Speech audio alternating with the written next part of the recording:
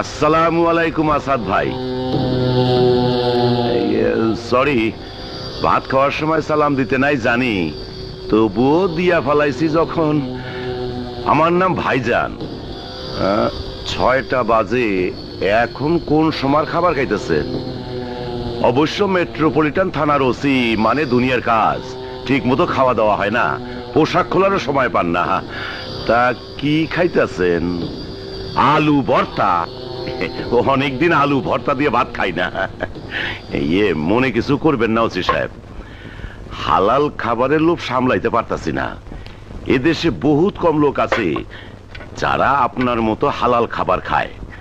Dhaka metropolitan থানার একজন OC হইয়া আপনি যে ইমানদারি নিয়ে চলেন, এই জন্য এই ঢাকা শহরে আপনার দারুণ সুনাম হয়েছে।